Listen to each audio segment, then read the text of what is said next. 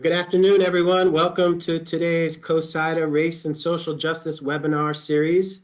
We are pleased to offer this session on critical conversation, the CoSIDA Mailbag, where our panel here will answer some of your questions on diversity, equity, and inclusion in college athletics. We want to take a moment and welcome our presenters. First, I'm delighted to host us today. I'm Jason Fein. I'm Director of Athletics at Bates College up in Maine. I'll serve also as a panelist, but I also get to host. I'm in my fourth year here at Bates. I've spent time previously as an athletic director at 2 institutions prior to here, but probably appropriately also a former SID and have a huge appreciation for the jobs that everybody on this webinar does and all that you're dealing with on your daily lives and the value you bring to the lives of our student athletes. So let me start just by saying thank you, and I'm excited to be here. I'm going to turn it over to the rest of our panelists to introduce themselves, and then we'll get on to the mailbag and your questions. Perfect. Thank you, Jason. I'm Tangela Cheatham. I'm the Director of Student Athlete Enhancement at West Virginia University, and I've been here, I'm going into my fourth year now. And I wanted to take advantage of being on this panel because the intersection of sport and social justice has always been important to me as a big part of why I pursued a career in intercollegiate athletics administration. And so I'm having an exciting time over the past year. I get to co-chair or chair our Diversity, Equity, and Inclusion Committee here at West Virginia. And I'm looking forward to this panel discussion today. Thank you. My name is Kelvin Queliz. I'm the Assistant Athletic Director here for External, oversee communications, marketing, creative. I've been here on and off 3 years, originally from New York City. And really diversity here, we just launched our Privateers for Equality plan. Diversity is a big piece of why I'm still in this field. It's a big piece as to why we're trying to enhance, the way the field looks. So I'm definitely very, very excited to speak to you guys for the next hour. Hello, everyone. My name is Michael Sante. I'm Senior Director of Compliance and Membership Services for the Big East Conference. I'm really looking forward to today to having a conversation around a variety of topics in the diversity, inclusion, and inclusion space. Right now, I work with our SAT group in terms of helping them develop programming.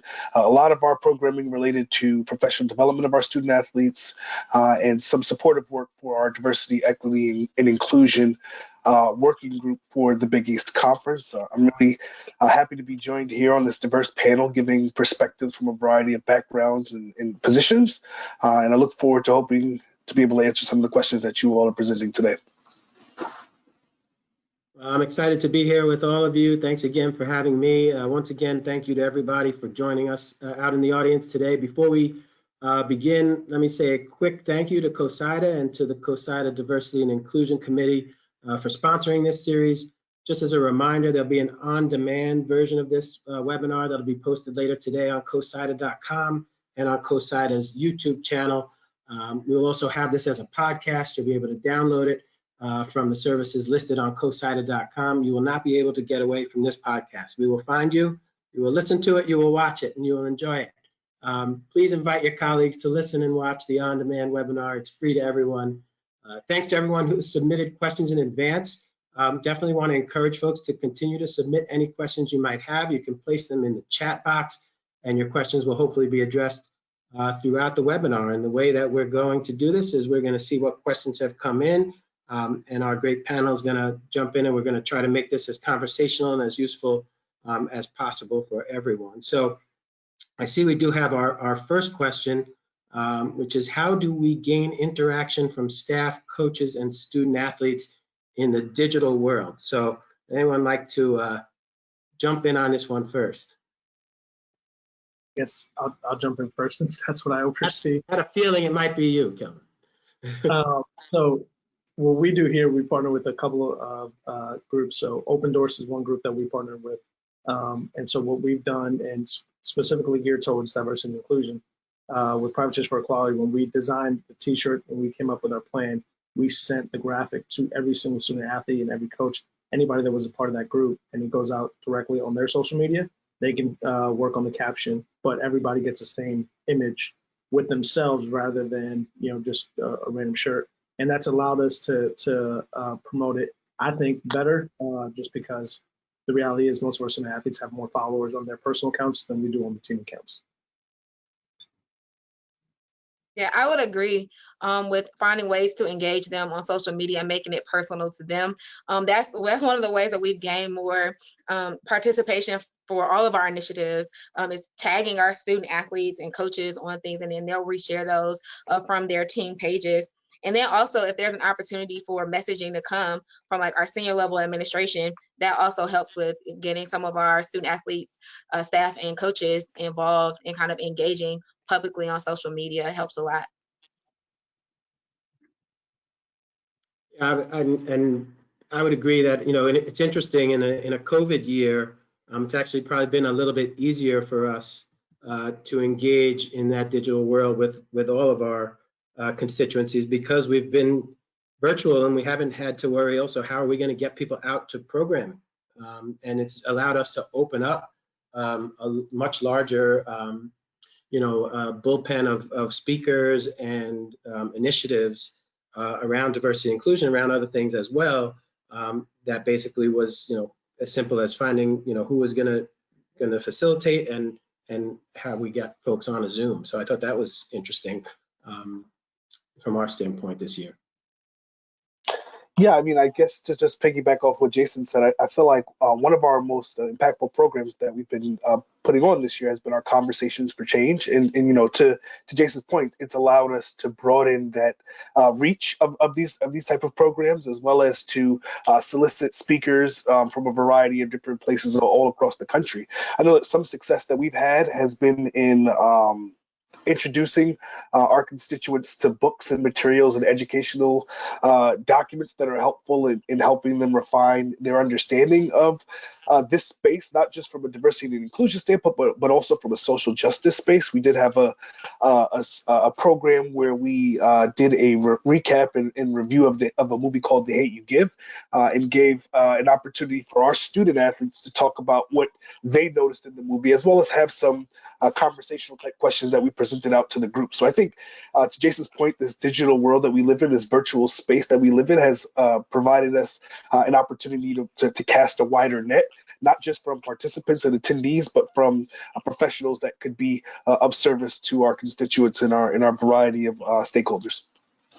It's allowed us also to get a little more creative, frankly, with borrowing ideas from our peers as well, because there's so much out there on social media about programs that other institutions are doing that you can, join in on those and then get some great ideas to bring back to your, virtual campus, so to speak. So I think when it comes to around areas of diversity, it probably leads us, and I'll hop in and take the next question, and I'm going to take the liberty of combining the next two questions for us, because I think they're related, about how do we determine departmental DE&I priorities. And then there's another question right after that about staff and administrators often being overlooked when promoting diversity and inclusion initiatives, and what are ways possibly to highlight them alongside the student athletes and coaches. I'll just speak from our standpoint of what we've done here is,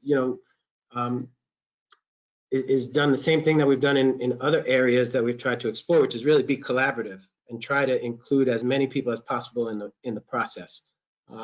Sometimes you end up duplicating resources and efforts, and things are being done in other areas of campus, and athletics can tend to, retreat into our little bubble. So, I think getting in touch with the other stakeholders, and in our case, that included staff and other administrators, but student athletes, SAC, our coaches, our vice president of equity and inclusion. We have an office of intercultural education, and we to what Michael was saying earlier, we really created a social justice action plan that included student athletes and coaches of color group, included a social justice a coalition of student athletes and staff together that were interested in doing that work. So I think it's important to just remember in determining priorities that you want to be collaborative, and remember across all those constituencies, and that includes obviously your staff and your administrators. Yeah, I'll jump in next. I definitely also feel like utilizing resources to get feedback from your staff is very helpful. Surveys are tremendously helpful because it allows individuals to provide that feedback anonymously, and sometimes these topics are uncomfortable to sometimes bring to the table. So providing outlets and opportunities for your staff to weigh in on issues that are impactful to them, and I think that also helps to the second question about being able to engage your staff. I mean, I think giving your staff an opportunity to feel comfortable talking about these issues, being comfortable, if they are overlooked, being able to say, hey, look, this is something that I'm really interested in, this is something I'm passionate about. Is there a way for me to be a part of this program? And it's giving those type of opportunities to your staff, making them comfortable with being able to come into your office and ask those type of questions, I think go a long way with providing a level of comfort and a level of caring and understanding that sometimes we need in order to move the ball forward. I agree wholeheartedly with both of you. Again, working with your campus partners. So I think most institutions have a diversity or office of a division or office of diversity, equity, and inclusion. And those offices have plans that you can start with if you don't have anything, right? And then the next part is to look at what are we already doing. So I think over the last 10 months, especially with everything that kind of started last summer, one thing I noticed that a lot of our institutions or corporations were at different starting points, right? So I think one thing I would not suggest to do is kind of look at what everyone else is doing and just try to model that. What I would suggest is saying, well, what are we doing? What can we do first, right, to have an impact? And then what can we do to continue learning so that what we're doing isn't viewed as performative, right? So what are we doing that's going to help us to continue these initiatives, but we have to start somewhere. So I think tapping into those campus partners, those conference office initiatives, and then figuring out what are kind of those low-hanging fruit pieces that we can start with, and then how do we continue growing and developing with that. And I think when you look at that from kind of a top down, then you can get people involved, because you're going to have some coaches that are very passionate about these topics. You're going to have some standout student athletes that are passionate. And then you're going to have your senior administrators that are passionate about that. Also, I would suggest kind of looping in your senior admin on everything that you're doing. Even if you are a senior administrator, getting someone else on board with you. So those are kind of my suggestions for kind of determining departmental needs. And I love surveys. So ask the people, because then when they have buy-in, I think they're more likely to kind of follow through on those things. Yeah, I can't agree with her more. First is assessing what your campus is doing. Obviously for us, and we make no qualms about it, we're a smaller staff. Our executive staff, we have 5 people in the executive staff, 4 are minorities, whether it's Hispanic or African American. So for us, it's been, what can we do currently with the staff that we have? We have aspirational goals with our strategic plan, but what can we do currently with everybody pulling multiple roles, and not add too much more on their plate, but also assess what is most important, because for us, diversity and inclusion is one of our core values. So we need to assess that first. So one of the things that we did was, as everyone on this panel has mentioned, you have to talk to the university side. In large part, the university side already has done something or is planning on doing something.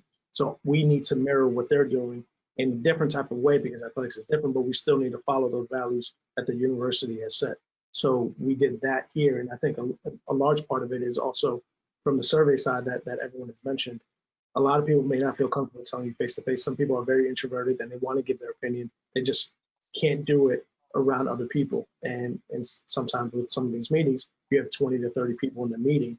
That's not the right setting for them. So the surveys are crucial. So I think everybody, again, we would agree with that. And I think you have to look at your campus first and assess there, what can you do without worrying about what other people are doing, because the chances of us catching up to, say, West Virginia with the staff size we have, we can't do that overnight.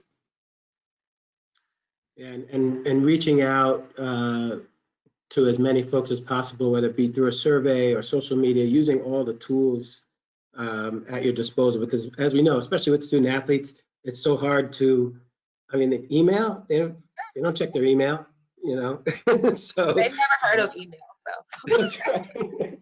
So, well, I emailed you. Well, there was your first problem, right? Yeah. Curious to know from all of you, this question, about with Black History Month coming up, this probably would extend to other initiatives as well. What some ways that schools and conference offices can promote Black History Month outside of the typical social media graphic, do something with more meaning? What are some plans? Perfect. I'll jump in for Black History Month. These are actually some conversations that we're having right now as we prepare for Black History Month, and we sort of tapped into a group of our student athletes as well as our Diversity, Equity, and Inclusion Committee, which is called Every Mountaineer. And one thing I always think is important, I really like context, right? So I think doing something about why does Black History Month exist could be a great thing to do. It's not just a graphic, but that's something that can be shared with your department, that can be shared with your teams. Why is this the thing? Sometimes I have gotten feedback of, well, there's no White History Month, right? And so how do we answer, or how do we reply to that? And why why does it exist? I think that's one thing that a lot of organizations and institutions could do, just because I think is that lack of awareness. We just heard, a lot of us don't know that it started as a 1 week that kind of extended into a month-long celebration of Black people, not only in America, but in the world. So I think starting there is great. And then anytime you can make things a department-wide initiative, and I think get some of your top-down buy-in, I think that makes a big difference as well. So still do your graphic, right? Because you want to put things out, but how do you get buy-in? And I think give people some context and then kind of sell it from the top down. Yeah, to take that a step forward, I think that at least for our conference office, in the conversations we've been having, is to look at it more from an educational perspective, introducing people to historical Black figures. We are fortunate enough to have a number of our schools in huge cities which have rich history in civil rights and in Black history. So I think highlighting some of those items that are specific to these cities and towns that our institutions are in provide some level of connectivity for our student athletes into their community, and for the community into an understanding of how their city has evolved in this space. And something that I've definitely thought about the last couple of years has been trying to change this narrative that we can only highlight Black history during a certain month, right? Black history is American history, and American history should be honored throughout the entire year. So I think that while there is a month to focus on this, our goal and our understanding should be we need to be talking about these issues over the course of the year and integrate some of these issues that are related to not just Black history, but women's rights, women's history. I know there's a Hispanic and Latino History Month later on in the year, and looking at highlighting all of these varieties of months to maybe put together some sort of year-long programming, as opposed to hyper-focusing on these items and issues during a particular month. It should be something that we're integrating over the course of the year. So that's, again, not something that Big East conferences talk about, more so Michael's philosophy in that space, and something that I'm trying to communicate to others around me. Yeah, in agreeing with what Michael said, I mean, for us, we try not to do one-offs, whether it's mental health, whether it's diverse planning. The one-offs, just if you do it once and then you forget about it, I mean, how tangible was that for student athletes and for staff? One thing that we've done here, New Orleans is very diverse.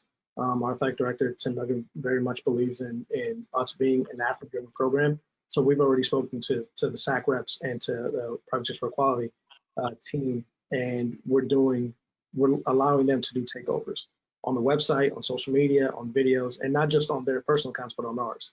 And the reason why we decided to do that is we don't want to put words in anybody's mouth. Your experience could be very different than somebody else's, but the reality is everybody has a story to tell, and they feel more comfortable when they're bought into what you're doing. Our student athletes, like we just alluded to that earlier, they don't check emails. I send them an IG DM right now, and they'll respond within 2 seconds. So they're bought into this because, in large part, number one, they're doing it on their terms, which is the social media side, and secondly, we know that they can handle that in a way that we just can't. We don't want to put words in their mouth.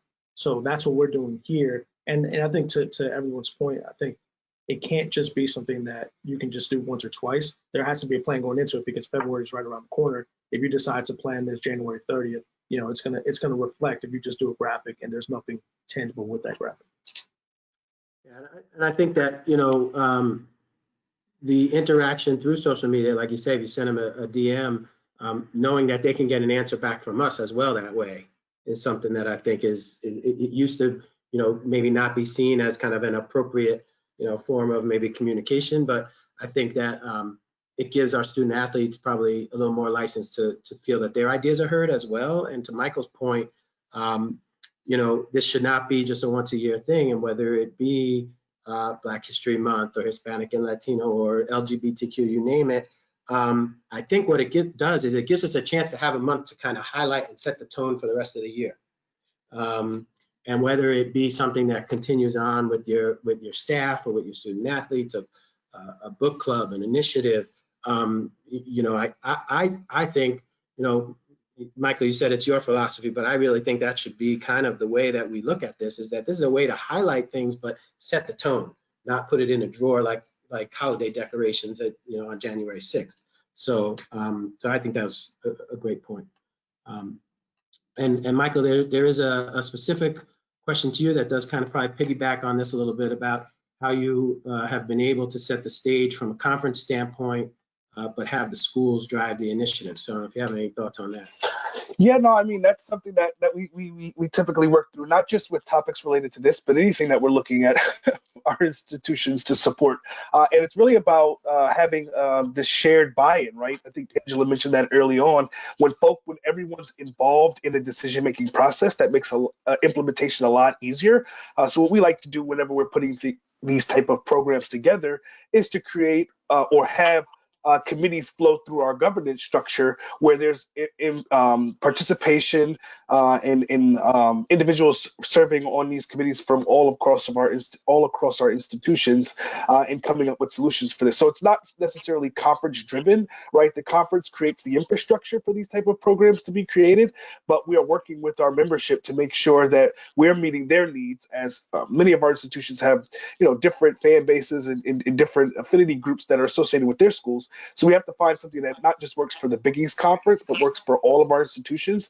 And collaboration is the best way forward for us in that space. Does it work all the time? No. But when folks are part of the conversation, getting folks to buy in becomes a little bit easier. I think the next question is interesting. We talked about this, the panelists, a little bit in our pre-call.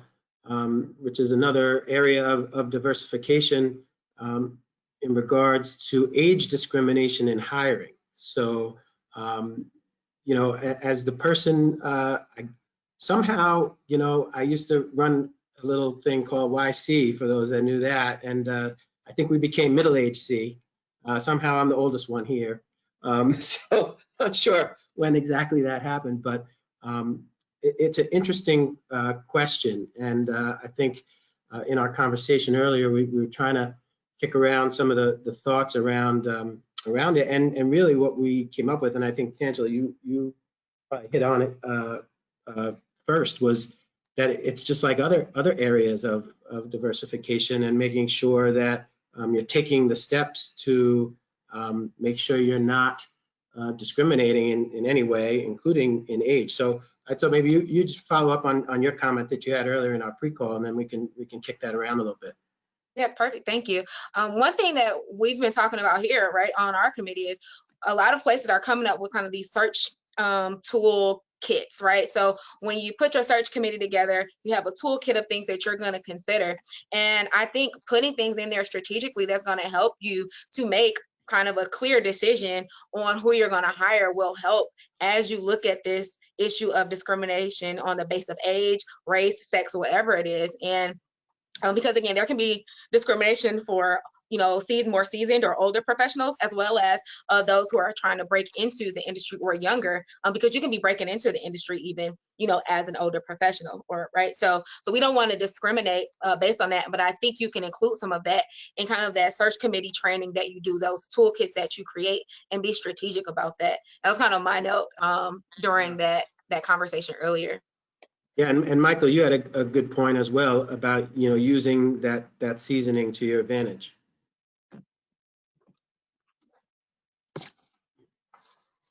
You're muted. Sorry about that. Talking about your knowledge of the organization's history, I think that is something that is a very underrated attribute, is when you have some of that historical knowledge, whether it be around decisions that were made, whether it be around things that are going on at your organization historically. I think that information is very helpful. And I know that we also talked about accessibility and building out programs to support individuals in a variety of these spaces. I know we sometimes talk about having these employee resource groups, maybe for individuals of color or individuals who identify as LGBTQ. I think these type of resource groups could be supportive of issues related to discrimination, and also provide some support for some of those perceived issues that may be there. Right, there's this perception that the older employees may not have the same knowledge as others as it comes to the technology space. So as an organization looking to serve those individuals and help support those efforts of helping them evolve and learn, I think could be something that could be helpful in that space as well. And I think it falls right into that diversity, equity, and inclusion umbrella with that accessibility piece and component. Kelvin, you had an interesting take on this as well, and we've known each other a long time when you were just coming up in the business, and probably see it from a little bit of a different view. Right, and yeah, I was fortunate enough. I was at City College, right out of college, so I was 21 as an assistant AD. Now I'm 31. So seeing the field shift for me personally, and I can only speak about what we do. I never look at a year that someone graduated, and obviously, a year can tell you roughly. There are extenuating circumstances, but a year can tell you roughly how old somebody is. But I never look at that. For us, it's more so about, let's look at your work samples and just the communication that we have. Again, for us, it's about fit. It doesn't matter what spectrum you're on. For me, I was, again, now seeing it from the opposite side, it's more so about being accessible, but also understanding where is it that you fit within our athletic department, not just in the communications department, but within our athletic department. Let's say you're older and you don't know social media as well, just as an example, but you're a better writer than anybody that's in there. Are you now the feature story writer, and somebody else can handle social media? And that's something that's a good fit, in my opinion, just because you're fitting an area of need and somebody else can pick up your area of weakness.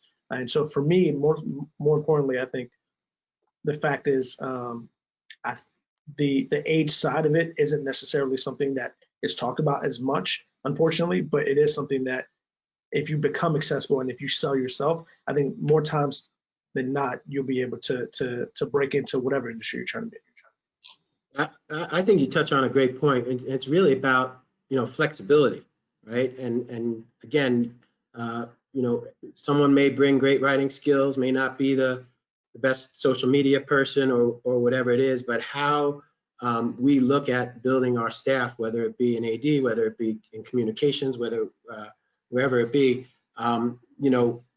to try to touch on everyone's passion and what everyone is kind of good at. I think there's always reasons that people don't get jobs, or that people, unfortunately, especially this past year, have lost their jobs.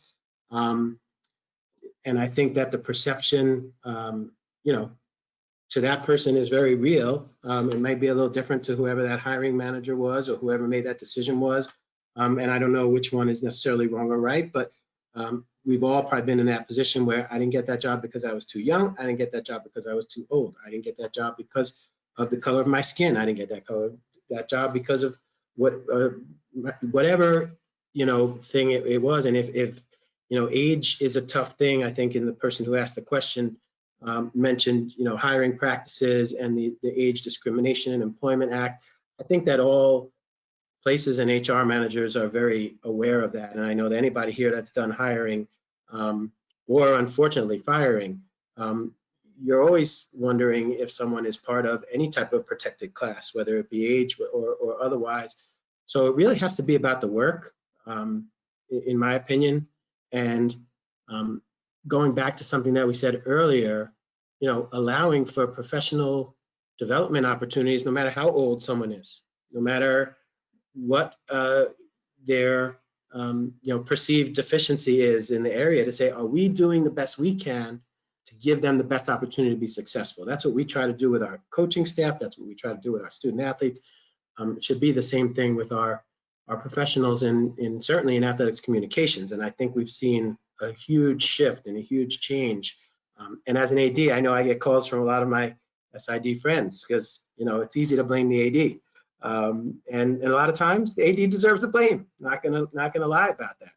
We'll cover that up. So I think communicating and flexibility is so important, in saying how can I best provide that fit and that service that Kelvin's mentioning.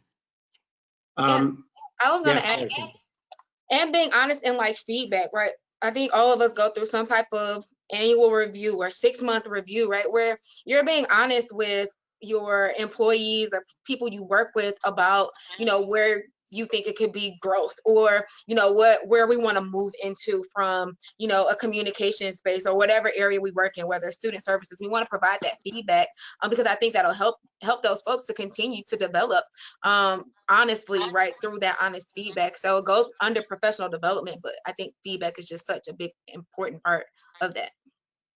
Yeah, being honest and hopefully being constructive in the criticism, and that probably goes on to the next question that we have as well when it comes to student athletes. It does seem that's a little harder these days to provide some constructive criticism, whether it be of student athletes, whether it be of staff, whether it be of yourself, right, and holding yourself accountable. And I think that's a great point that you made. And it kind of leads us to the next question, which is talking about posts on social media from people who mean well, but it's not always received as it was intended. And how can we help our student athletes and others? I would definitely put staff in there as well, without telling them what to say, because you want people to have their own voice. But if the words aren't being received as they were intended, how do you navigate that? I think we probably have a lot to say on this one. I'll sit back for a minute, see what you all think. From the social media side, so I know we talked about what we do here, but it's never just blindly, hey, here's the password and take over. There's always a communication that's had before.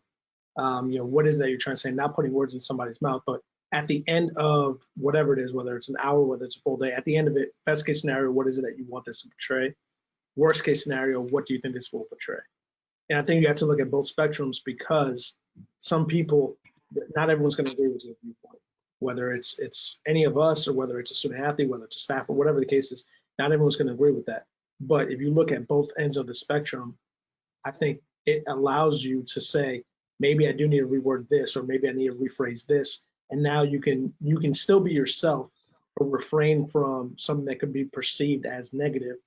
And I think a lot of times too, our athletes do have their own voice. They just need help getting that out.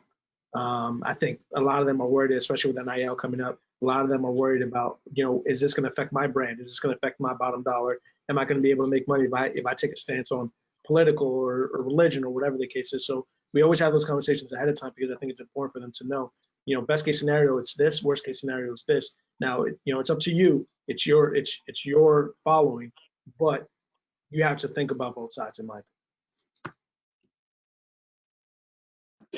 Yeah, I think for me, I think what's really important in this space is education. I think, Kelvin has touched on that. I think providing opportunities for students to come in, learn about these issues in more detail and more depth, outside of what they're seeing in their own space, I think it's helpful in helping them formulate their opinions on certain things. I also think it's helpful for for staff to just be there in supportive roles, right? Sometimes a student just needs to talk through some of these issues, and if a staff member can be there just to have a conversation with that student, there could be some positive responses from that student athlete in terms of how they want to deliver their message. And I think also letting students know that that social media is not the only way to provide an impact. I think that's one avenue, and using your voice is one component. But I think that there are a variety of different ways that you could do. You could lead by example. You could, create programming for your peers, in your, not just your peers from a student athlete perspective, but from a general student body perspective.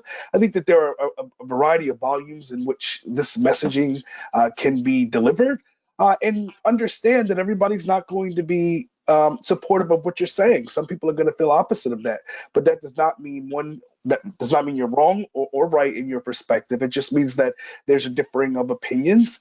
And I think that that's the challenge that we've seen the last couple of years, is there's not room for this dialogue that needs to be had. and we need to be learning from each other. And that's what I think would be helpful. Educating your student athletes about these issues in detail, listening to your student athletes through surveys to know what topics they're interested in learning more about. And then when you normalize those type of conversations, your students then become comfortable coming to you and saying, hey, look, I've been working on this issue. I've had some thoughts about this issue. I want to do something. I'm not sure what it is. And you work with that student athlete to come up with a solution to meet whatever problem they're having. So I think education kind of obviously is a broad overarching concept, but I think when you start to normalize these conversations, you open up doors for future communications and additional feedback that you could be providing to your student athletes to help them come up and craft their approach to whatever it is they're trying to do. Yeah, I agree wholeheartedly. Dialogue is so important, and I think that's what's going to lead to like ultimate change, right? The conversations that you have with people in certain settings or even one-on-one, I think will lead to a bigger impact maybe than some of the larger things that we see put out by corporations or institutions or by our student athletes, these big statements. But kind of following up on that, again, education and having them know, like, you can say whatever you want to say, just be prepared for the feedback. And if you continue educating yourself, I saw a few situations this past fall where, we had some things come out and we received a lot of feedback. And some of our student athlete interactions led to positive outcomes with some of the folks they were interacting with. So just understanding that you can say, and I think we've seen this over the last few weeks with some of the things that we've seen transpire, is you can absolutely say what you want to say. Just be prepared for the feedback that you're going to get and be ready to handle that and understand how you can go and learn more to deal with those issues. I can't agree with you more on dialogue and education. I think those are important things. And then it also goes back to the relationships that you've been building with your student athletes over time, because I can't tell you the number of conversations I've had with some of my young men and women about some of the things that we're dealing with in all of these different identities. And we're able to talk through some things, and then maybe some way that they would have responded, it'll be a little different now. The message will still be the same, but they'll just navigate it a little differently. So I think relationships, education, and understanding, what's done is going to be done. Just be prepared to handle it. Yeah, so, social media has come so far, almost full circle in a way. And I think that, the interesting thing is so many folks now think that if it wasn't on social media, it didn't actually happen. Like, it still can happen, even if it's not, you didn't just put it out on your social. And, without, getting political, this idea that the only way we can do it is to send it out on Twitter to get your message out is not true. So, and I think Tangela's point about, being prepared for that feedback, and in some cases that blowback that you might get. I think the one thing that I would say, maybe being slightly more old-fashioned, would be just similar to an email that you want to send or a letter that you want to send. If you're not sure, maybe just take a beat and wait to see, because there are so many good initiatives, as Michael said, that you can put forth. Sometimes, the intent is there, but you got to think about the impact of the words and the things that we're putting out there as well, which I think probably leads us well into this next question, which is a meaty one about how important it is for colleagues to be able to have a healthy discussion on topics that might be a little more heated, maybe a little more controversial, maybe a little more touchy. Especially when it comes to the use of certain words that can be taken the wrong way. I'm not sure specifically about what words the question asker is asking us about, but I think that this is something that certainly this year, if you weren't having difficult conversations around race, around politics, around any number of topics, you're having them this year, right? And whether you're doing it with your kids, whether you're doing it with your family, whether you're doing it online, or whether you're doing it with your staff. Yet we have to be having these conversations. It's the only way that we move forward, in my opinion, towards change, but also towards making this healthy discourse that I think Michael kind of alluded to a little bit before, that you can have you can have two sides of an argument, you can have three sides of an argument, you can hash that stuff out. But I think what we've lost over the last couple of years here is just some of that basic respect for others' opinions that could be different than yours. Just because you think it's right and I think it's wrong doesn't mean that neither one of us are right or wrong. But to have those conversations right now, I think is so important. And I'll say this as a white male administrator in this business, when we're here really talking about race and social justice, that to not have those conversations, I'm not sure there could be a bigger example of white privilege. I'm not sure there could be a bigger example of kind of hiding when others can't do that from the issues of today. So that certainly includes our coaching staff and our student athletes as well. But at least from our standpoint, we have had some great conversations ongoing about race and about saying uncomfortable things and why things offend people and why we need to be having these conversations, and we keep pushing it ahead. So that's just a little bit from our standpoint. I would agree. I think dialogue is going to change the world. I think my Facebook, you know how they show us these memories from a few years ago? Actually, my memory from a few years ago was me talking about how I will engage in any conversation, right? And we can talk about anything, because my goal is to understand where you're coming from. It's not necessarily to change my perception on the thing, and I'm not going to change your perception necessarily, but I want you to have an understanding that multiple things can exist. And I think as we get to a better space of that, I think that will lead to a lot more understanding and opportunity to have tough conversations. I also want to talk about, sometimes when we think about having these tough conversations, especially as it relates to like race, gender inclusivity, all of these kind of things that are tough, we can go to I don't know, right? A lot of times we go to I don't know. And growing up, I had a stack of encyclopedias, and so if I needed to learn something, I had to open it up and go and look. Now we have these things, right? And we can kind of Google everything. And so I call things Googleable.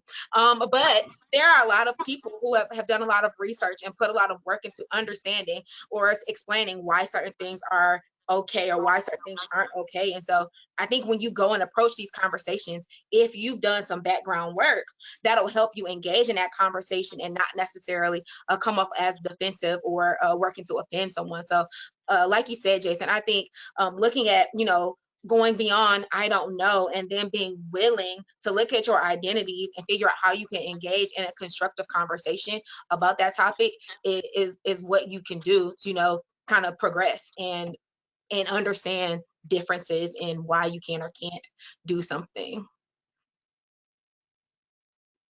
Yeah, I think you're spot on, Tangela. And I also feel like, part of the challenge with these conversations is this inherent bias that we arrive at these conversations with, right? We all come from different backgrounds, different experiences, different skin colors, genders. There are a variety of different things that influence our ability to see the world, and we need to understand that we all arrive at the table with that. And when we have that understanding about us arriving from different points in life, I think that makes for a more understandable conversation. I think that makes for a more genuine and authentic conversation. And I think that's where you have the breakthroughs, when folks feel like they can be genuine and authentic with you, obviously within respectful terms. But I think that having the understanding that we're all arriving at this with different lived experiences that are influencing our perceptions, I think is key. And I also think of being able to do this in moderation, right?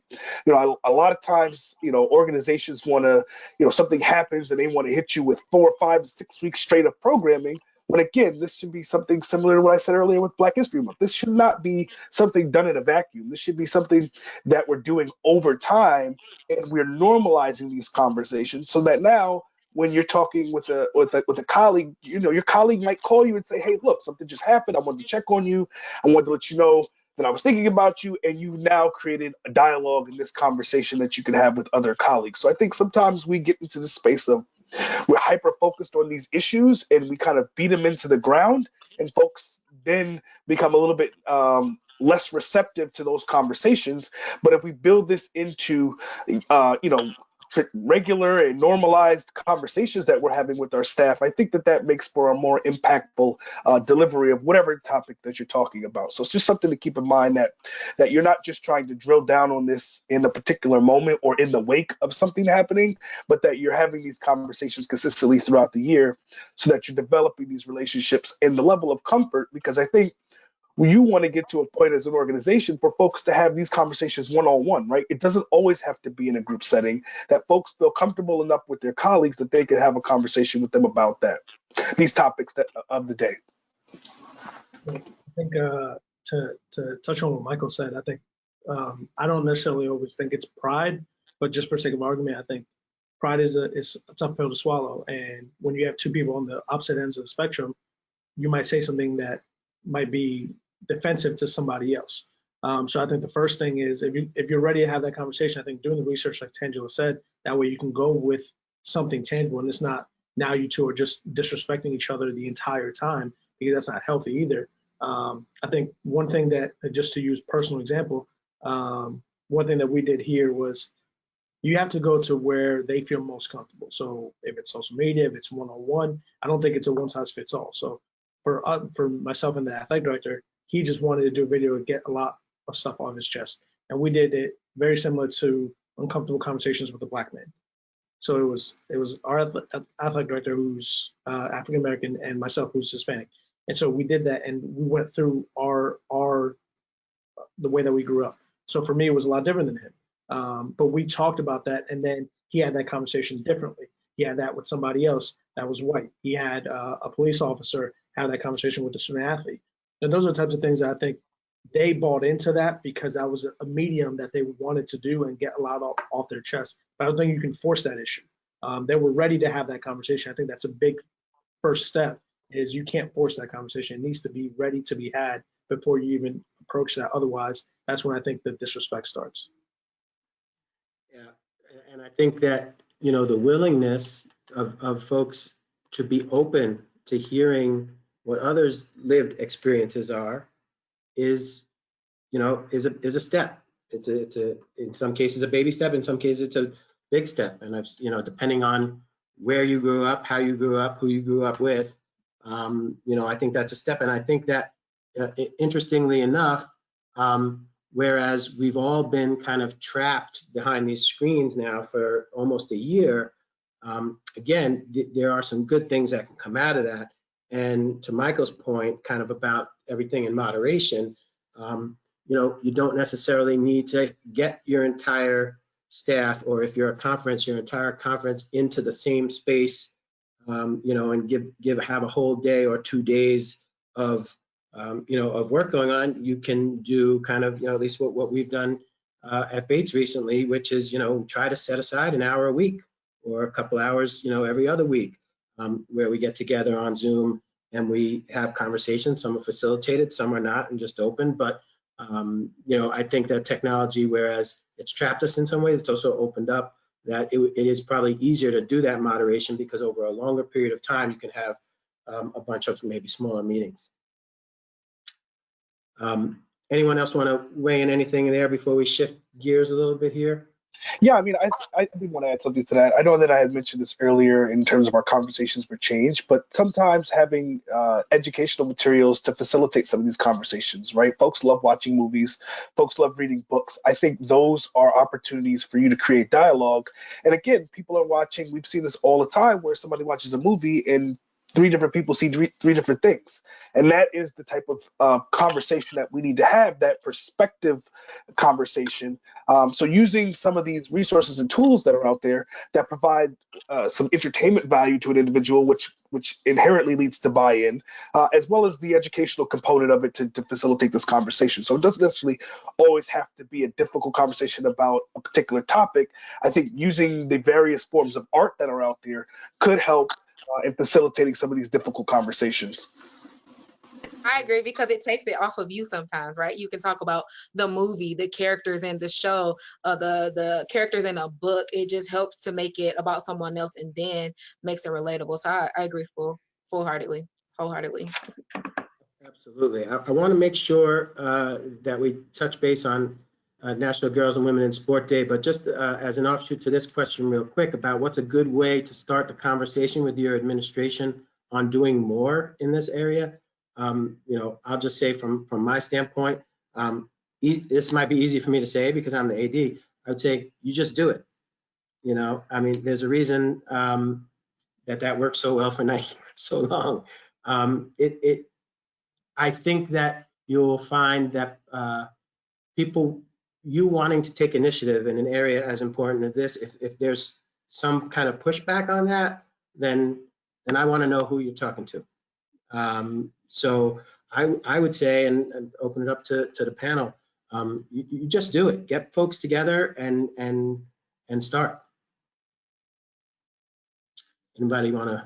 Yeah, I'll jump in and say, if folks, more than likely you have ideas and concepts that you could bring to the table. So anytime you could bring something practical to the table, I think it's always strong for your argument and for your conversation, right? If you're coming in there and saying, I want to do something, but I don't know what it is, that may not be well received. So looking at doing the work on your end to present a proposal that has some meat into it, so a robust proposal that you could kind of walk into your AD or your boss's office and say, hey, look, I want to do something in this space, and here's 3 or 4 ideas on ways that we can execute it. So I think coming prepared is always helpful for that conversation. Yeah, and I think when you're bought in, you tend to want to be more involved. You're not going to do something if somebody else tells you what to do, and if you can bring something different to the table or a better way of doing it, then you should say that instead of just taking it for what it's worth and not speaking your mind. And now all of a sudden, now you have to execute a plan that you had no say in, that you don't think is going to work, but you have to execute it because you decided not to say something. And love the just do it. Go for it, have at it. And if you have other folks in your department or unit that also have interest in that thing, that's a good part to take with you in that proposal. We have people from communications, marketing, licensing, student services who want to do something with this because it allows it to happen from a work standpoint, right? Workload standpoint. If you're going to bring something to your senior level administrators, how can we make it happen? I think it's what they always want to know. So that's how I try to approach it in my director seat. If you bring in something that you're not putting more work necessarily on someone else, you're saying here's something I want to do, a challenge, and I want to work on it, then I think that it'll be received really well. National Girls and Women in Sports Day sometimes can be overlooked because of the timing in February. The questions about ways to promote the day, especially in a COVID atmosphere, and National Signing Day as well as the same day this year. How do you communicate with your women's sports coaches so that they will not be left out, and how important is that? I'll give one quick thing on it. We have a committee of folks, and our senior associate AD, who I think is watching today, I give her a shout out. Celine Cunningham is all over that. And back to Michael's point, it's not something that we'd start thinking about a couple weeks before. It's something that's been in the works. So I think getting on things early and knowing what's happening on the calendar, even in a COVID year, is important. And we've got some of our staff and some of our assistant coaches who have been helping out in that. But what are you all thoughts on National Girls and Women in Sport Day and Signing Day? I think tapping into your digital resources is going to be necessary. That's been, I think, the tale of our lives for the last 10 months, especially. But tapping into that and then looking at the date that it falls on, I was actually doing some more research because normally we do some things with like marketing and all of our women's sports teams, and we can still find ways to engage. So showcasing some of your student athletes and coaches and staff who identify as women on different platforms, as well as it falls in February, which I was doing research and found that one of the reasons that the day was created was in honor of an athlete who identified as Black. Right. And so like that's the way you can incorporate a few different things in that month, because this Black History Month is this special day that promotes women and girls in sport. And then obviously National Signing Day is a big deal, so I'm going to leave that part out of it. But the more important piece, I think, is recognizing that day still and finding ways to maybe incorporate a few pieces that matter for that. Yeah, I think recognition is key, and not that anyone's looking to be recognized, but I think it's something that if you want to, if you're intentional about it, you're not just doing it just to do it. And we talked about graphics before, where it's, one of the questions was about, are we going to do graphics, or how do you do Black History Month graphics without just doing a graphic and then just leaving it at that? I think this has to be the same way. You have to be very intentional with what your messaging is, and so for that day, leading up to that day, you should have an idea and a plan on how you plan on executing that, because again, with signing period coming up, with everything else that's going on during that time frame, I'm sure there's other games with the crossovers and everything like that. Something can be left off, but if you plan accordingly for it, you can have that and execute that, leading up to that day. So you're not just trying to throw something together on that day.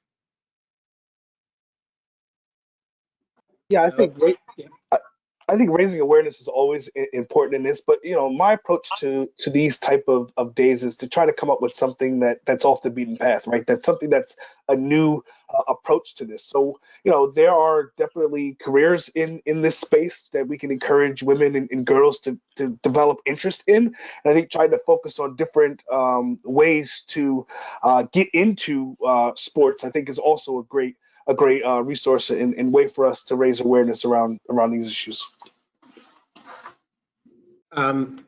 We're going to make that our last question. We're just a little bit before the hour. So first of all, thank you to all the panelists. It's been great being with you rock stars here. Thank you to everybody for joining us today. It's been a very hopefully informative session. Hopefully we can do it again. The mailbag, we can open it up. I'm offering up our services, everybody. But big thanks to everybody for your insights. Just a reminder, you can find this webinar on demand later this afternoon on CoSIDA.com, on CoSIDA's YouTube channel, and in podcast format. All the links will be on the CoSIDA.com website.